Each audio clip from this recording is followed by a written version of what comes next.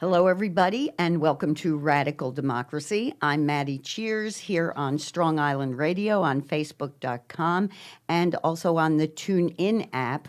And I'm very glad that you're joining us today because today is the day that I answer the burning question, why do you call it radical democracy, Maddie Cheers? And the burning question of what is the great law of peace that you keep talking about? So I actually am responding to new listeners who might have missed the first show, and I don't think I went into a great deal of detail about that then anyway.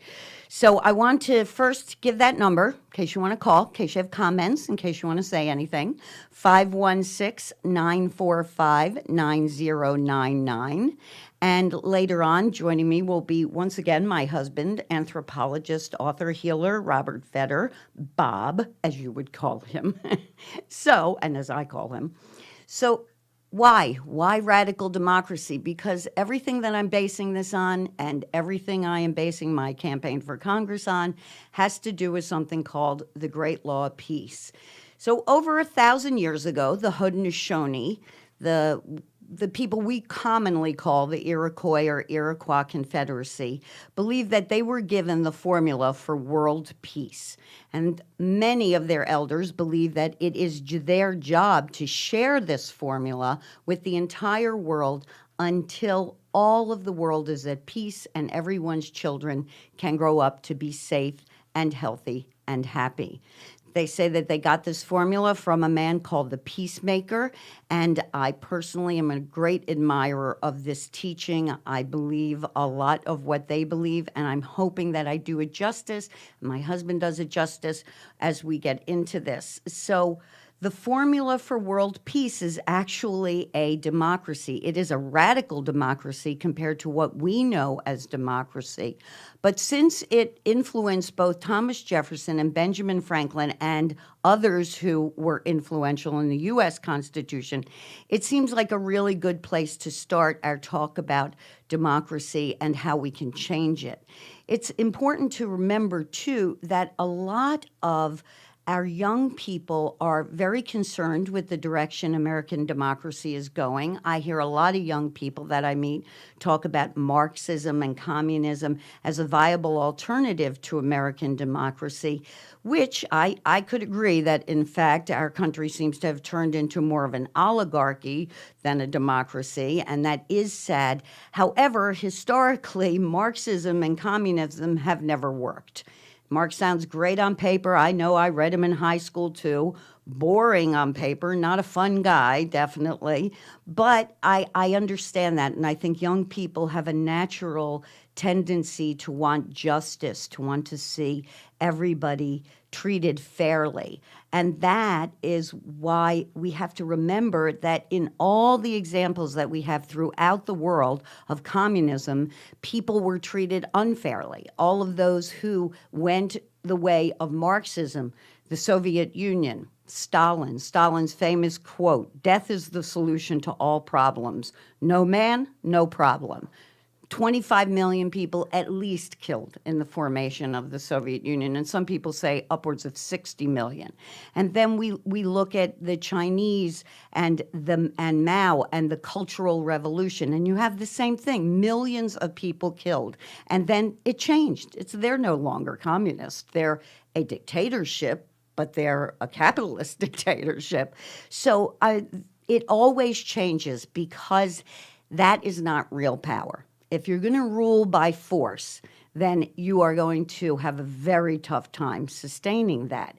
And you have to understand that there are better ways to rule that have been here for thousands of years. It's just that we don't look at them or we don't know about them, in all honesty, because we are not looking at indigenous people. We are not looking at how they were so successful, even with communal styles of rule, at being fair with each other, at surviving for thousands of years. And the Great Law of Peace definitely is one of those things, and it definitely is a democracy. And I definitely think that the plan that the Great Law of Peace lays out is one of those plans that can be followed But what it demands of us is a tremendous amount of personal responsibility and a tremendous amount of recognizing our own personal power, not turning it over to somebody else. That is extremely important. That it's easy. It's kind of the easy way out in my book to turn over your power to two parties, or turn over your power to somebody who's telling you, "Oh, I'm going to keep you safe. Don't worry, you'll have food to eat. You'll have everything you need." But I'm not going to honor your individuality. I am not going to honor your spirituality because I can't have that. I can't have that and rule over you. I can't have you thinking for yourself. So, to a degree, this idea that we could somehow hand power to people who actually want power and have something wonderful come out of that is ridiculous. And that is what the Great Law of Peace addresses. The real name is Gana Lagoa, and Gana Lagoa translates to mean the great good. So the Great Law of Peace comes after a long period of war. And actually the history of the Haudenosaunee starts with peace, goes to war, and then goes back to peace. And the genius of the Great Law of Peace is twofold. One, that it's simplistic. While it involves a spirituality, definitely, it is not a very complex rendition of how to be spiritual or how to work with people. There's not the contradictions that you find in a lot of other spiritual writings or a lot of other philosophies. It's very simple. It is very powerful. And it is a design that requires the best of us. It calls us to be the best of who we can be. It calls us to look at ourselves and find what that is in ourselves so that we can make the world a better place for ourselves and our posterity. In their case, what they're talking about is the next 7 generations. Now, if we think of a generation, we're thinking of 25 years. We're thinking of making a determination for people who are born 175 years from now, that they should be considered while we're considering our decision making. And in their case, I've been told that when they say 7 generations, they're actually talking about 100 years. So they're thinking 700 years into the future when they make a decision. The most important point of that is that we do not only consider ourselves when we make these decisions. The other real genius of the Great Law of Peace, and I do believe it is divinely inspired, but that's me. But I can also say that you can appreciate the teachings of the Great Law of Peace and be a complete atheist because it is well planned. But the genius of it is that it speaks to how we got in the mess to begin with.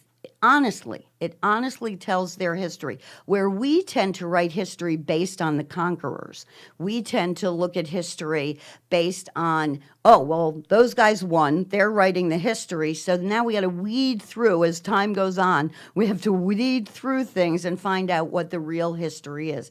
That is not how the Great Law of Peace is. It's honest, it's open, it's clear, and it has a plan. And it's a plan that I think we can move towards. It's a plan that is going to become, I believe, very important as we look towards globalism and globalism versus nationalism. There's a lot of talk about that recently. And that is an important thing. There are things we have to decide as a planet. And these things are very, very important to our children and their children and everybody's children. So that's the great thing about the Great Law of Peace, too, is that they believe they have to keep teaching this until everyone's children are at peace. They are looking at this globally. But what they also have is something that Yuval Noah Harari talks about as layers of loyalty. And I have talked about that in a bit in our other broadcast. But what I'd actually like to do right now is kind of go to the beginning. So I'm not sure this could end up being a two-part production here.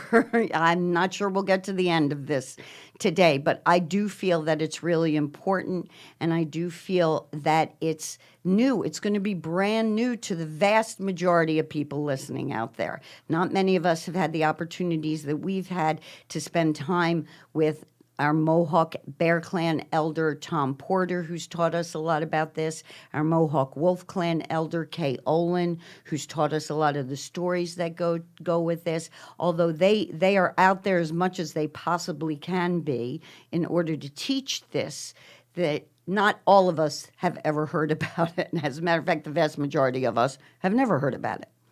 So the Great Law of Peace actually starts with something called the three original instructions. Now, their belief is that all of us, everyone, everything on the planet has been given instructions about how to be what it's supposed to be. So a deer gets born, it has instructions, it always grows up to be a deer, right? A tree, oak tree, the acorn falls, always grows up to be an oak tree, always follows its instructions. Everything in nature, water follows its instructions to keep us alive. The air, everything in nature follows its instructions, and everything in nature is in service to us. So in their words, and actually to quote an elder named Michael McDonald, a Mohawk elder, he once said that they don't need a book to tell them how to behave because they have nature, and they know that the Creator put nature here, and that teaching and those teachings that come from nature are the ones that they need to follow. And so the instructions, they say, for human beings are slightly different because we have choices to make. We have a choice about who we're going to be. A deer does not have a choice about being a deer. It's not going to grow up and be a chipmunk.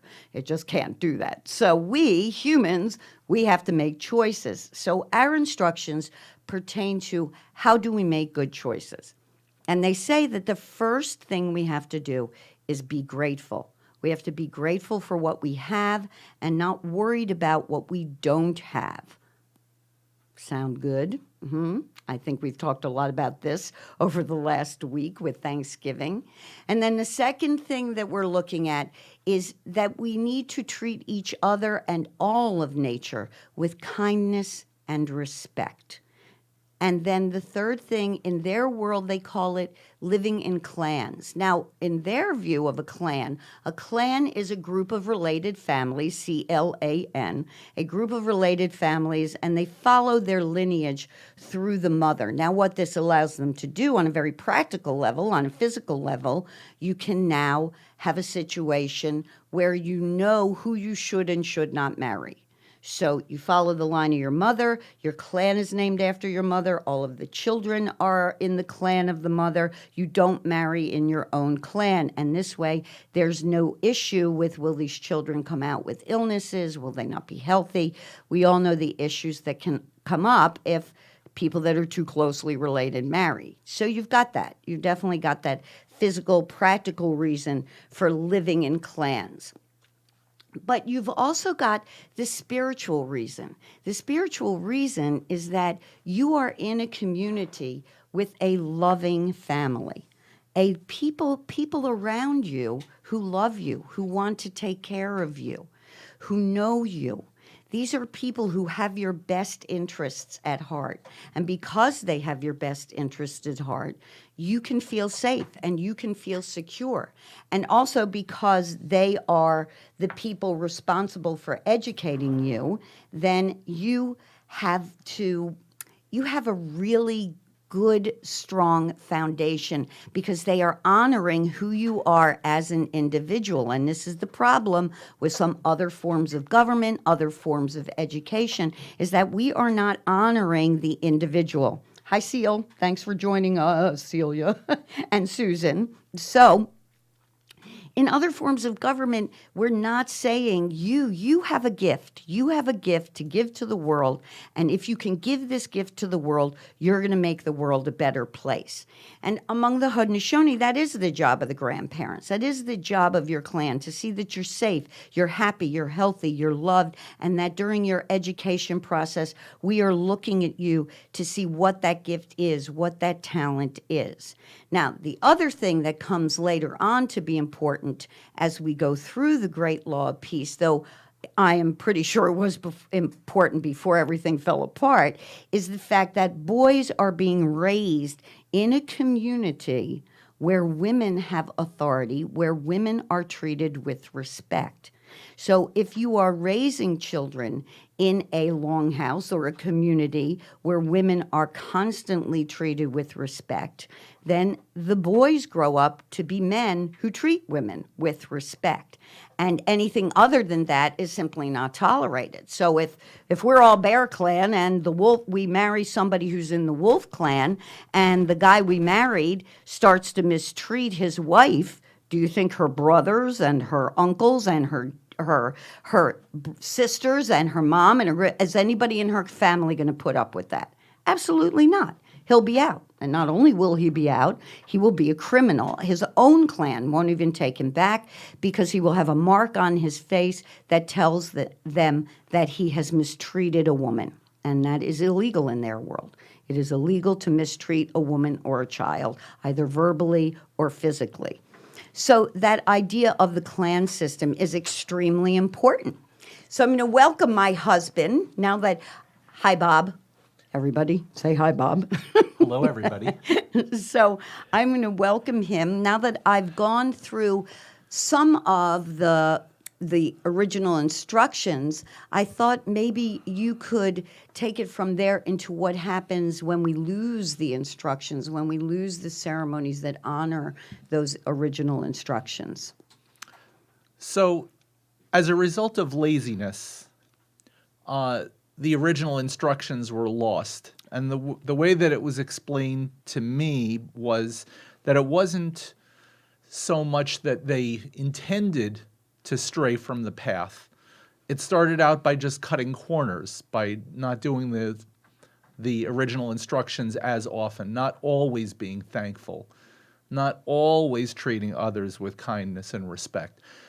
And gradually, it just snowballed.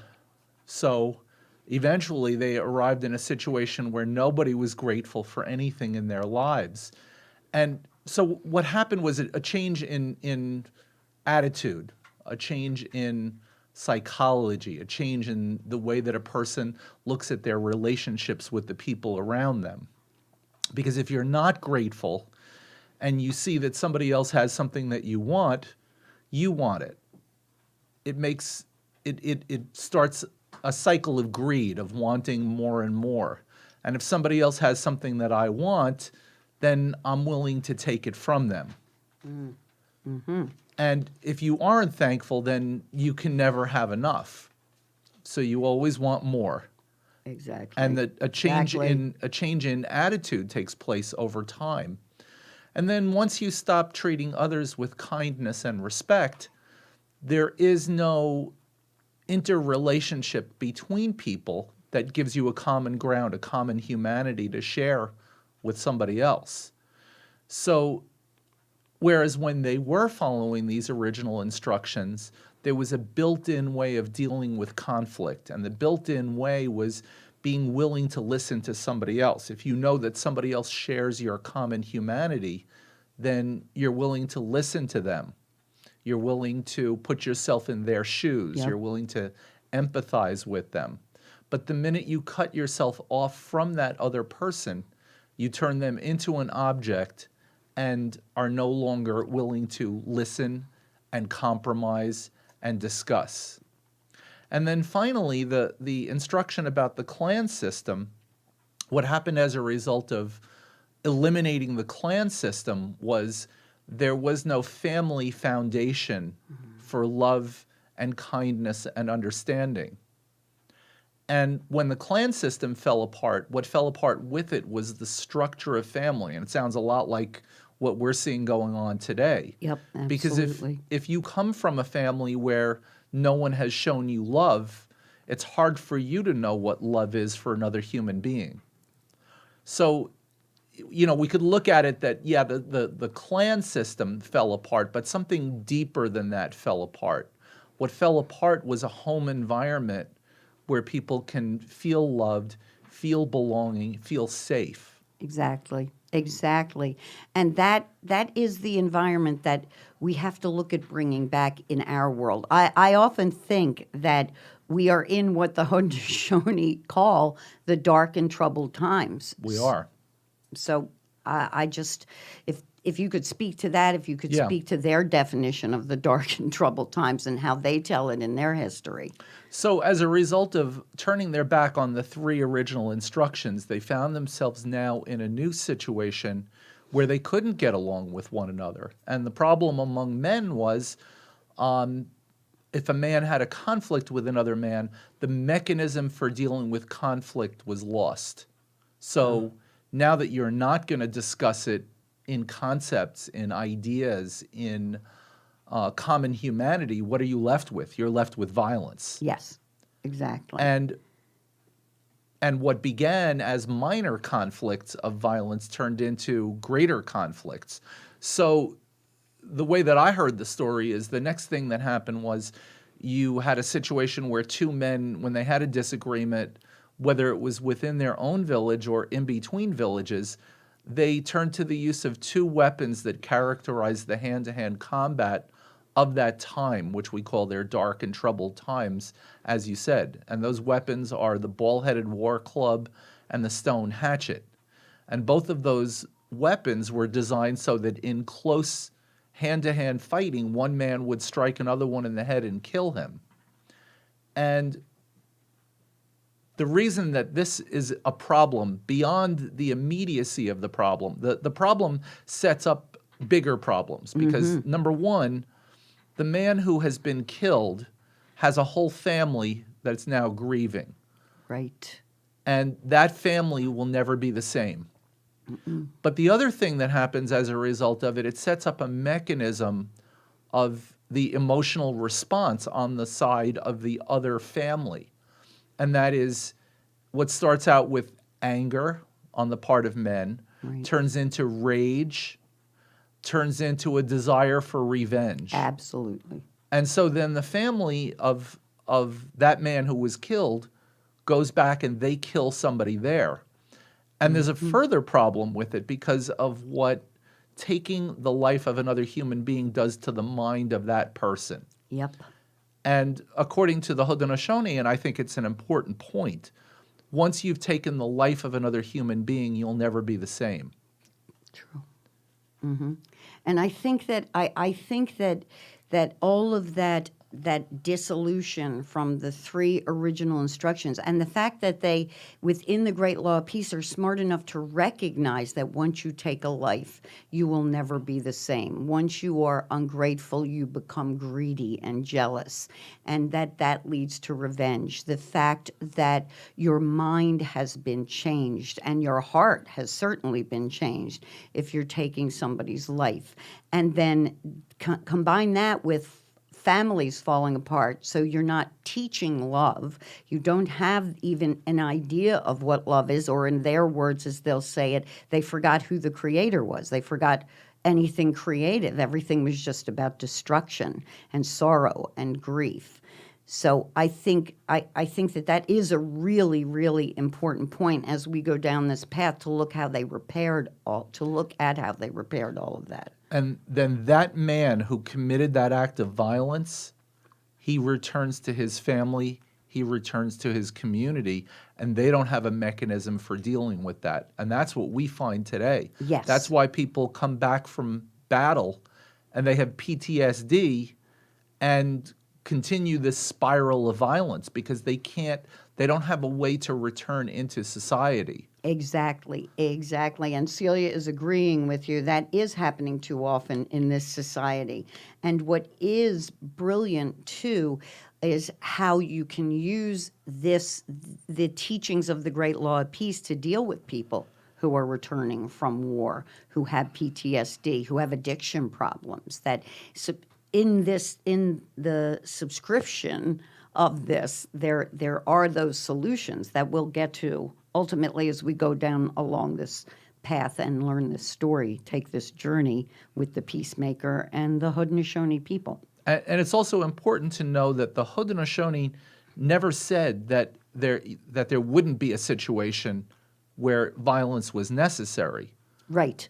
And that's why, for example, as we know, the term Iroquois or Iroquois to describe them has sometimes been discredited. There are some Haudenosaunee people who don't like being referred to as Iroquois Right, or right. Iroquois, but the flip side of that idea is that Iroquois describes them very well because it means rattlesnake people. So in the same way that a rattlesnake shakes its rattle in order to let you know, I'm warning you, if you push me, I'm going to attack you. In the same way, the Haudenosaunee were instructed to give their enemy 3 warnings. I'm Right. warning you once. I'm warning you a second time. After the 3rd time, I'm going to attack you with great ferocity. Right, and that's the idea of unity. That's part of unity.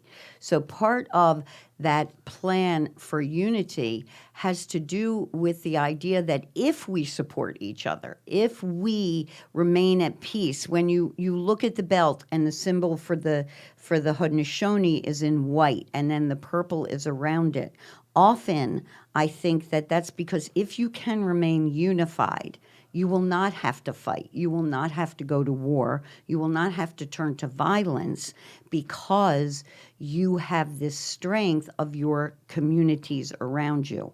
You can say that I'm never going to start a war. I'm going to tell you people, I will never start a war. That was their first law. That was the instruction from the peacemaker. We will never start a war again.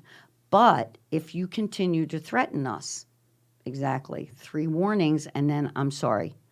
But fortunately, because they managed to remain united, they more often did not have to fight, because who wants to fight 5 nations when, you're only one nation? So Exactly. it doesn't make much sense.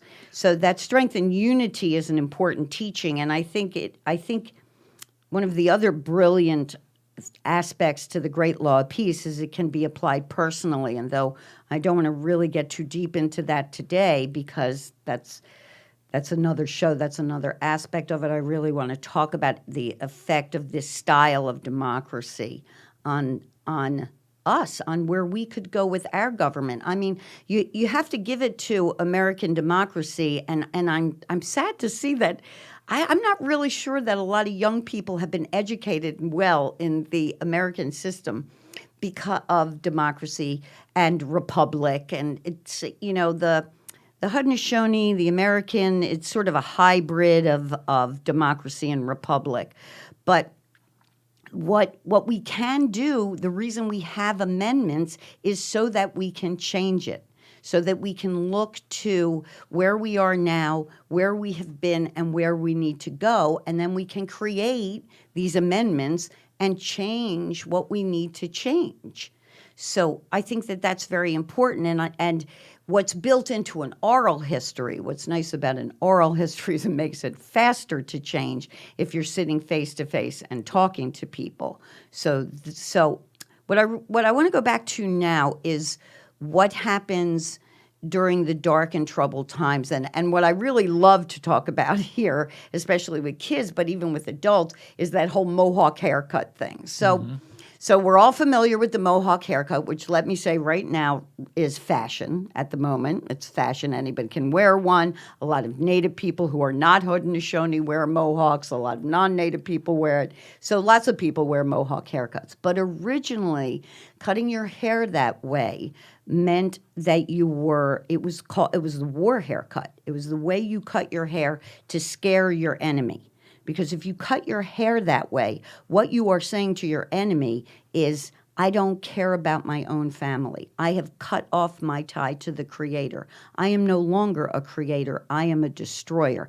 These guys aren't out hunting and fishing anymore, so they know that back in their villages, their children don't have enough to eat, but they don't care because all they care about is war and revenge. And they know that there's nobody there cutting down firewood. There's nobody building longhouses. Their children, their wives, their mothers, the old people are back there suffering, but they don't care because all they care about is war and revenge. And if I don't care about my own family, You think I care about yours? So that's why they cut their hair that way, to scare each other, to show that they were ruthless, that they would do anything, no matter how mean, no matter how awful, just to win this war. And that development leads to the women trying to stop the wars and the men throwing the women out of power. The women going to the men and telling them, you have to stop. Our children are suffering. We're suffering. You have to end these wars. This is insane. So also, when you cut your hair that way, it means you've gone insane. And also, to this day, the Haudenosaunee word for war doesn't translate into a bunch of people fighting. It translates to mean insanity. And I think we should all adopt that all over the world. I think we should just say war is insanity, because that really focuses you in. It really gets you to understand, here is the problem. This is insane. It is insane not to care about our families and our children and our people, and just go to war and watch young people die. It's insane. And whoever's doing it is insane. And then, of course, that leads to the recognition that so many psychologists, psychiatrists, so many philosophers recently have come to with that. We have to start recognizing megalomania. We have to start looking at people who are calling for other people's destruction because they want power, as being mentally ill. That is a mental illness. It is a form of insanity. If I want power over you so that I can be the ruler, so that I can get what I want, I am insane. And so they've discovered this. This is in their story. And they discovered this, some people say 2,000 years ago. So I want to kind of go back to also this concept that you brought up of objectifying people, of making it so that you are the other, and the other is also dangerous. So that constant objectification of the other is what also allows people to continue war. And then I touched a little bit on laziness in the intro to this. I think it's a lazy system. You know, we got these two parties. They're the only ones that are powerful. I'm not going to bother with that. I'll just do what my party tells me to do. And I'm sorry, that's lazy. You need to be looking at people. You need to be looking at personality. And that is the teaching here when we get into the part on leadership. And also the idea of this peacemaker coming forth during when things are worse, when, as they say, the rivers run red with the blood of men, and the women's eyes are always filled with water, because they are always crying for their children who are suffering and their sons who have been killed in battle. There's always someone to grieve over. And as long as people are in grief, they are not seeing the world clearly. And at this time, we get this messenger, the peacemaker. So if you could speak a little bit, please, to this journey of the peacemaker that begins actually because he's taken away. His mother and grandmother raise him out in the woods and raise him in nature, where he can learn from women and nature, which is a significant teaching, I think, in the Great Law. And the other significant teaching about that has to do with the love that he was surrounded with at a time when there was no one being loved. So I'm just going to turn it back to you. So in the story, the creator looks down and sees the violence and the turmoil and the suffering of the people, and out of his compassion for humanity, decides to send a messenger to this world.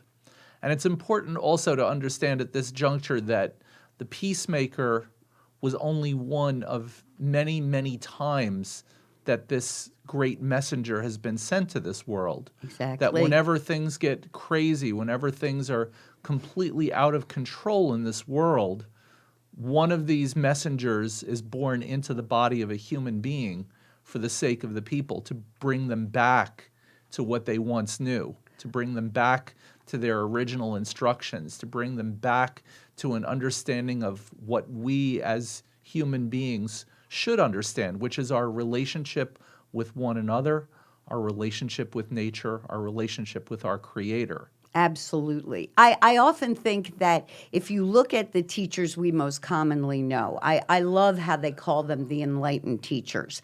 And that's that difference between choosing leaders who are enlightened and choosing leaders who are elitist is a very important point that we can talk about more. If not in this one, then we will talk about it more in the next session on the Great Law of Peace. But I also think that when you look at enlightened teachers, and like I said, I mean, we are personally very spiritual, deeply spiritual people. But I also think that if you look at these people as just teachers, you can see where they are taking humanity into this higher level. I often think that Jesus is sort of like the heart of the people, and that Buddha speaks to the mind of the people, and the peacemaker speaks to the body, because the peacemaker is talking about how this social structure should exist. And there have been others, when I listen to the Sufi explanation of Muhammad's teachings, always resonates with peace and love. And there have been many others, those we know, those we don't know. Gandhi had the power to bring down the British Empire, and he did this through love of his people. So I think that you can look at these great enlightened teachers, and whether you want to talk about the religions, and I'm with you often, I'm with a lot of you out there, Alberto, that often these organized religions are very dangerous, that they become dangerous because the people running them become more interested in the power they have than the people that they are supposedly serving. So that is something that I think gets spoken to. So you can... So in a very strange twist of events, the story begins less than ideally, because the peacemaker is born of a virgin birth. And when his mother gives birth to him, her mother, the grandmother of the peacemaker, doesn't believe that her daughter gave birth as a virgin. And so she's horribly embarrassed at the fact that her daughter gave birth, that there's no father present. And so eventually she tries to kill the baby, get rid of it. And she tries 3 times to dispose of this baby. And every time she does, the baby ends up back where it started, smiling and laughing. Until finally, the grandmother realizes that her daughter has been telling the truth and breaks down crying and weeping and begs her daughter for forgiveness. And that is a very significant theme throughout the Great Law of Peace, that theme of forgiveness. That theme that people can change, and the theme that you can change. You can change in forgiving yourself, in forgiving other people. That forgiveness, like Gandhi once said, forgiveness is not the power of the. It's not the. I can't remember the exact quote. It's something like forgiveness is not in the hands of the weak. We often talk about, you're forgiving, you're weak. And he said, no, forgiveness is the realm of the strong. Only the strong can forgive. So I think that's really important. And I love what Celia's saying here, is that you have to start educating yourself and develop your own ideas of how things can be done, as opposed to just following along with the crowd. So true, also a teaching in the Great Law of Personal Peace. responsibility. Personal responsibility, absolutely. Thank you, Marianne, Francisi Chasen for watching, and Rudy J. Breedy. Thank you for joining us. So as we look at this idea that we can forgive, and that through forgiveness there is change, and there is the possibility that we can move forward. I think that is very much speaking to what's happening around the world. And I do love this one story that I'm going to throw in here about nature and the peacemaker, about how when his grandmother is educating him, and she has him go out and look at a mountain lion. And if you watch a mountain lion long enough, it will kill a deer. But it's never going to kill more deer than it needs. And if mountain lion A is only hunting in his territory over here, and mountain lion B is only hunting in that territory over there, they don't fight. So you're looking at nature. What does this tell us? What is nature here teaching us? I think the lesson is obvious. And the interesting thing is that the lessons that he learns through being in nature and the lessons he learns through being with his grandmother and his mother give him great respect for women and great respect for nature at a time when men had none, when they had no respect for women or nature. And I think that's an important part of the teaching as we're looking at getting our kids back in nature. Somebody just sent me that thing on Facebook today about how trees take away stress, that towns and villages that have lots of trees or streets that are tree lined have lots of that. It just reduces stress. Nature is our teacher, our healer, and it is so important. I do think that part of the educational change we need to make for children is a lesson of the peacemaker. We need to get them back out there in nature. We need to get money out of the government and kids back in nature. That's what we need to do. And like Celia said over here, is that too, we need to address these mental challenges that people are going through today, because these are real. They are very, very real. And I think that in this teaching of dealing with PTSD, or how do you deal with somebody who's returning from war, this is where a lot of the lessons in the Peacemaker's Journey, in the Great Law of Peace, can help us today, certainly as we get into how do you deal with grief. So the Peacemaker goes through years of trying to teach people about peace, and largely they want to kill him. And then he finds the first person who helps him. And the first person who helps him is a woman. So there are different versions of this woman, Jugunsase, but I'm going to ask you to go to your version, because I think, especially since most of our audience is adult, I think this is a good an in-depth look at who she could have been. So the Peacemaker goes on his journey, and one of the ways that the Peacemaker's journey is revealed as something miraculous is because he has been working secretly on a project. He goes out into the woods. His mother and his grandmother have no idea what it is that he's doing, but he leaves every day at the same time, spends the whole day away, and comes back later in the day.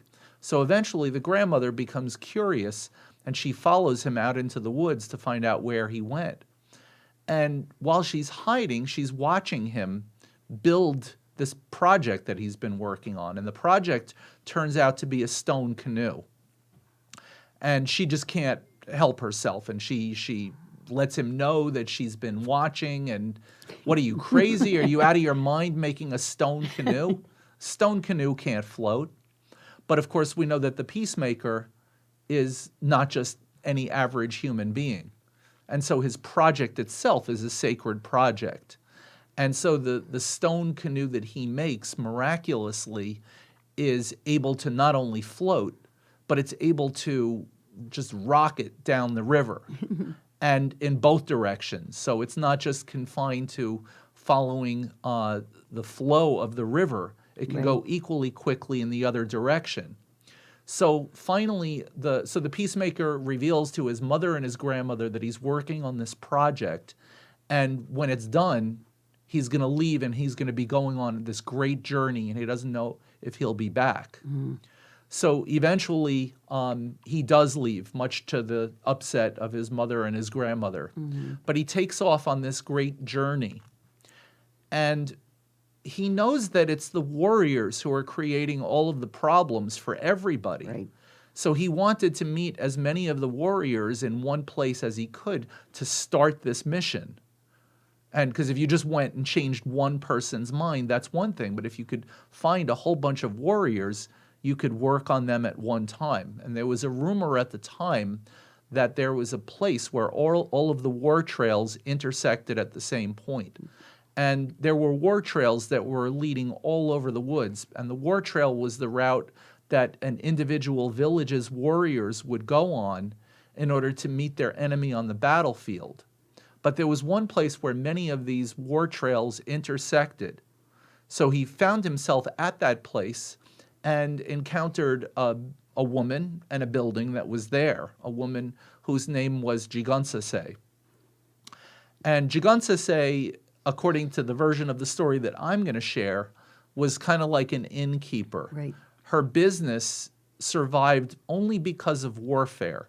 So she provided the warriors with a place to sleep overnight and a place to eat a meal so that they could go on and meet their enemy on the battlefield the next day. Now, for the sake of her business, she didn't allow fighting and warring and violence at her place. Right. Not that she was opposed to it, she was opposed to it at her place. Right. So when the warriors would show up, she would ask them about all of the details of where they had been and who they had killed. And the more they went into it, the more she enjoyed the details about it. There's also an implication in the story that she may have been a prostitute, that she may have had other reasons that the men wanted to stay with her. That's not a detail that is clearly specified in the story, but according to some, there's that implication. And I think also that implication may come after the influence of the British because I you know how I feel about this, and I say that because by and large in native cultures throughout, or indigenous cultures throughout the Americas, there isn't any such thing as prostitution. That's unheard of. So it is very difficult to tell since the influence of Handsome Lake comes after we already have the British, the French, the Dutch, and those people here influencing, if that part of the story comes before or after. So yes, On a there's some on a psychological level, though, what it means is we've drawn the worst picture of humanity. yes, yes, And in that sense, it does make sense because as long as the people were following the instructions, there would have been no reason for all of these other social ills. Right. So the idea of prostitution on one level does make sense psychologically when the people have reached their lowest level of Yes. what's possible. So Jigunsase, whether she was or was not Right. a prostitute, the point is she does everything that she can to get rid of the peacemaker, and in fact, she poisons the peacemaker. right. He doesn't want to leave. He insists on staying, and she poisons him in order to get rid of him, because the way she looked at it was, if he has his way, that'll end her business. Right. If there's no peace, there'd be no reason for these warriors to stay at her place. Exactly. And this is why I do love her in this version, especially when we're talking to adults, because this is where we are now. Right. This is where we are. How many people are profiting from war? All over the world, not just us. All over the world, people are profiting from being at war.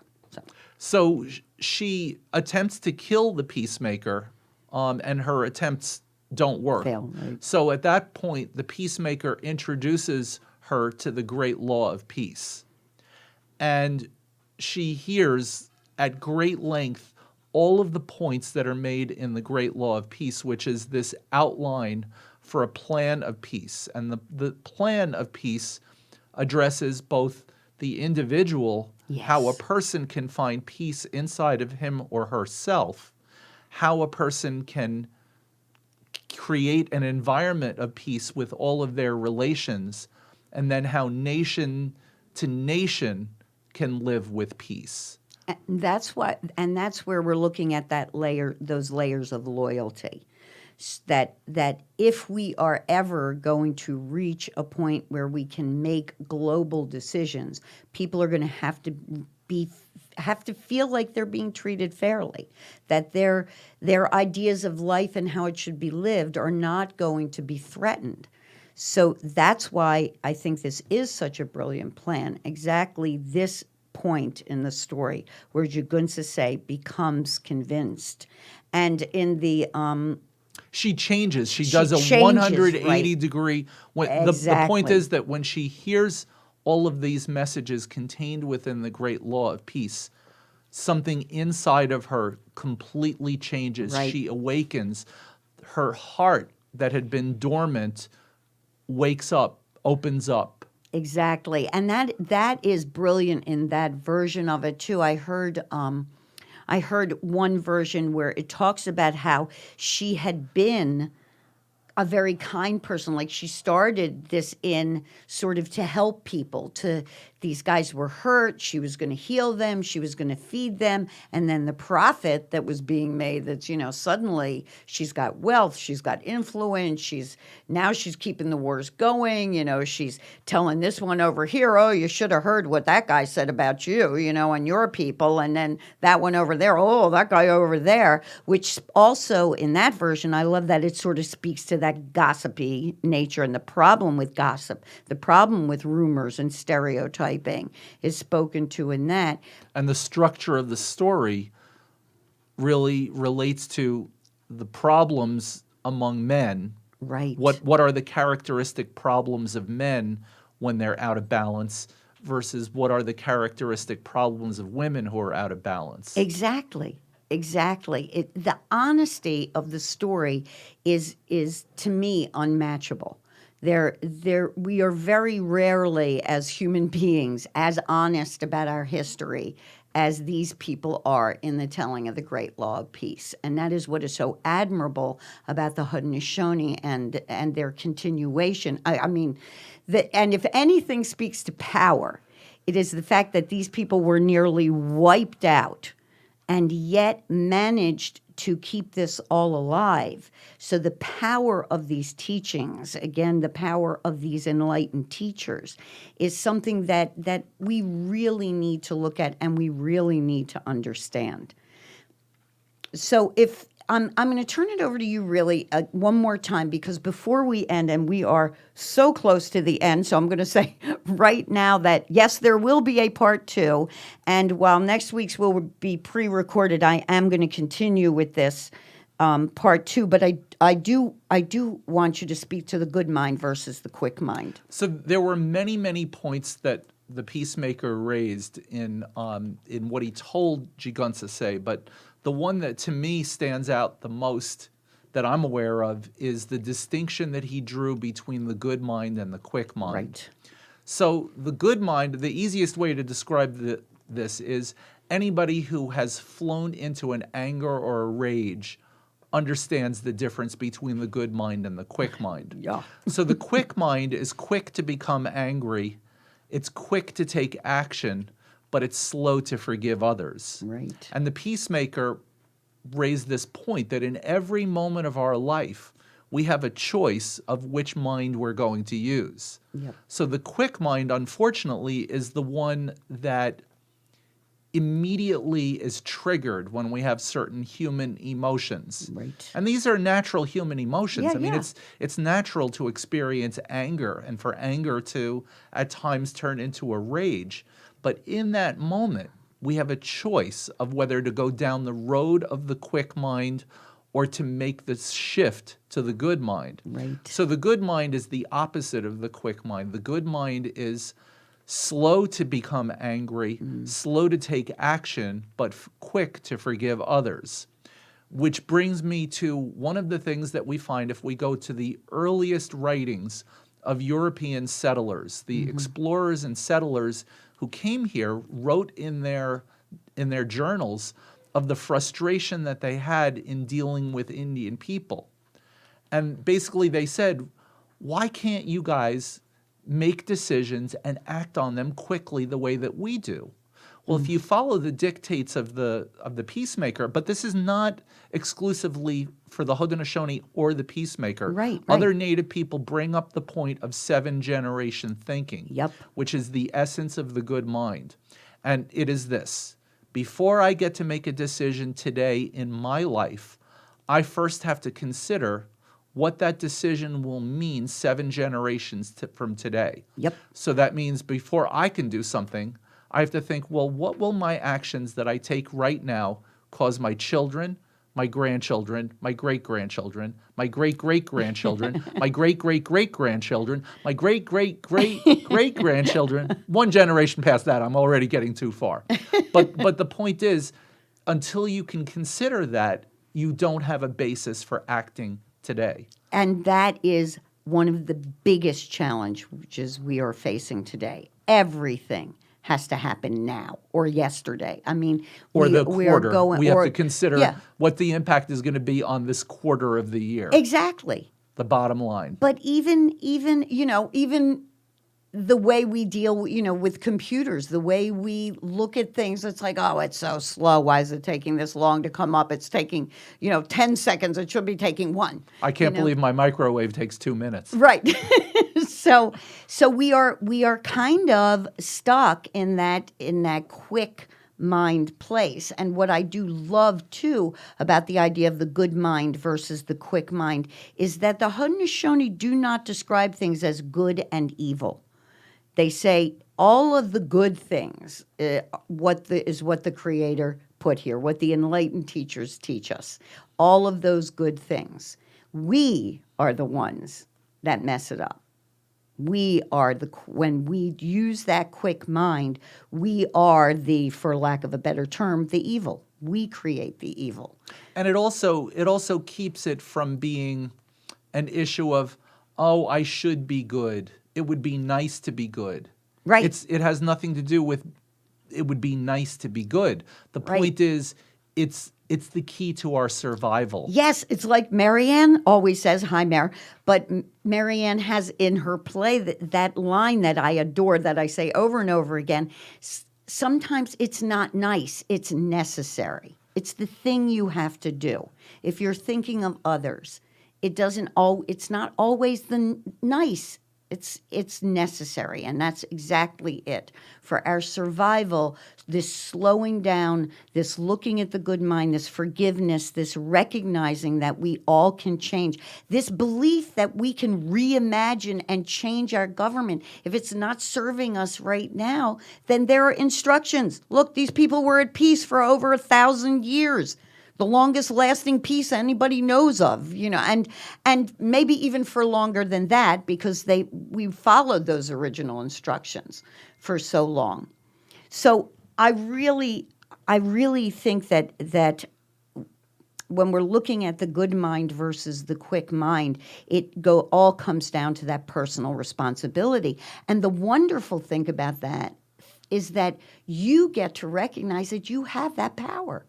Your power to be good is equal to anybody else's. Your power to make a choice that is going to influence somebody else's life for the better is as powerful as any of the enlightened teachers. And when you look at these enlightened teachers, whether you're looking at Jesus or Buddha or Muhammad or the Peacemaker or Gandhi or Martin Luther King or any of these people that remind us of peace and harmony and nonviolence, it is that power exists in all of us.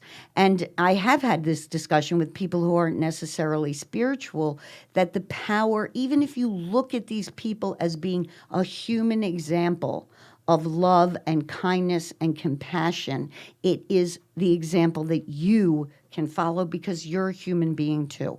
There's no reason why you cannot. And as we enter into this holiday season, this season of miracles, and this season of love and peace as the primary teaching, I can't think of a better thing to do than talk about the great law of peace.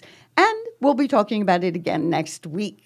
And that brings us to about halfway through the story. Yes, we are halfway through the story. It's like previews of coming attractions. So this is the path of power, spiritual power, and righteousness. Exactly. And I really want to thank Frank Kaufman. Thank you for joining us. You're new too, along with Rudy. And anybody else who's out there listening that isn't giving the comments, I just really am so thrilled to be able to talk to you folks about this and to be able to bring it out there, hopefully to thousands of people, and hopefully you guys share. please share. Please share. We are archived on Strong Island Radio.